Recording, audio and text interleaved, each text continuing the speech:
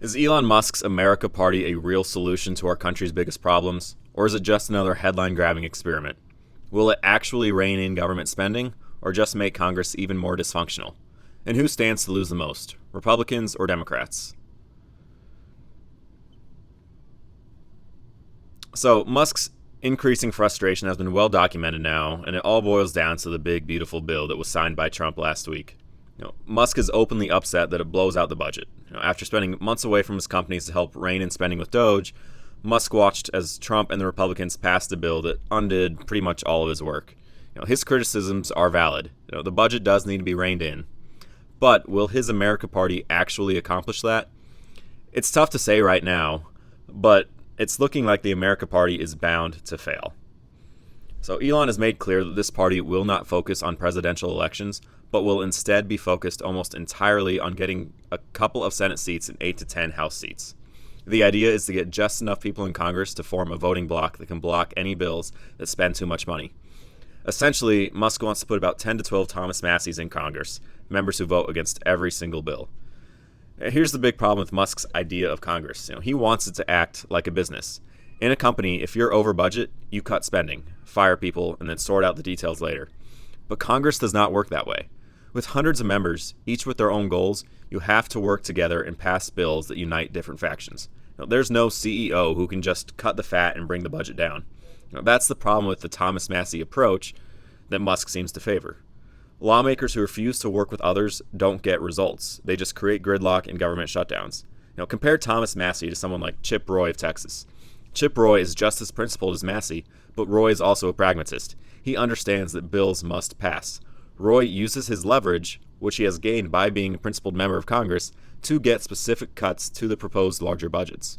He understands that bills must pass, but he does what he can to get the cuts needed in order to bring down the budget as much as he can. Thomas Massie, on the other hand, gets zero results. Other members of Congress know that Massie will vote no, so Congress and the people writing the bill don't even bother asking what he wants. He gets zero results.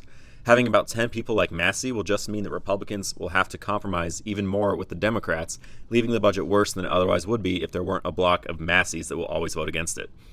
And you can't just cater to the Thomas Masseys, because too many Republicans are in purple or blue districts, and they would lose their seats if the Thomas Masseys got their way. What Musk needs to understand is that principle is important, but the principle must be paired with pragmatism to achieve real results. Elon, he hasn't actually said much about the platform of his America Party, but he did retweet someone's summary of the platform. The platform, according to this retweet, is to reduce debt, modernize the military with AI and robots, be pro-tech and accelerate advancements in AI, less regulation with a focus on energy, free speech, pro-natalist, and centrist policies everywhere else. And that platform by itself reveals a problem with Musk's party. Musk talks like he wants a Thomas Massie everywhere, but the platform he promotes is extremely vague and ultimately may be a high-spending party. There's debate about whether Musk's party will pull more from Republicans or Democrats. The common wisdom seems to be that a fiscal hawk party would draw more from Republicans. But Michael Knowles, on the other hand, he argues that Musk's party platform is actually fiscally conservative but socially liberal and would thus draw more from Democrats. Now, I was curious about Knowles' position on this, so I watched his show this morning. He points out correctly that it's impossible to be both fiscally conservative and socially liberal. Liberal social policies require more government spending. Many people, who I believe don't actually know anything about politics, claim to be fiscally conservative, socially liberal, but that doesn't actually work in practice.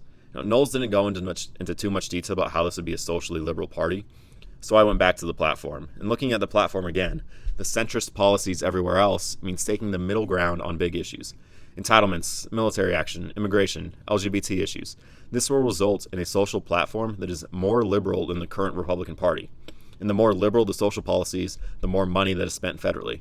So, in essence, the way this platform is laid out right now, this turns into a socially liberal, fiscally liberal party. The most glaring omission to the America Party's supposed platform is any real plan to cut the budget.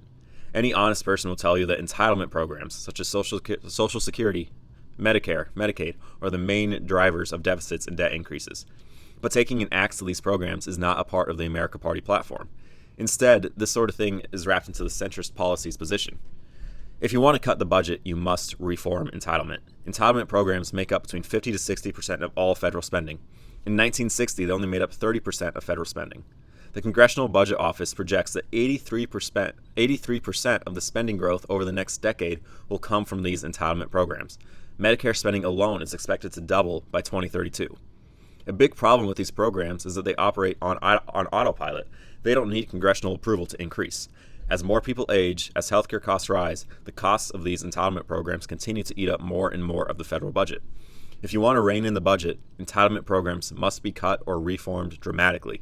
But Musk has not come out in favor of gutting these programs. The most he suggested is trimming fraudulent payments, which he claims would save around $700 billion a year. Actual estimates are much lower, about $10 billion a year. And yeah, saving $10 billion a year would help, but it would not solve the budget crisis.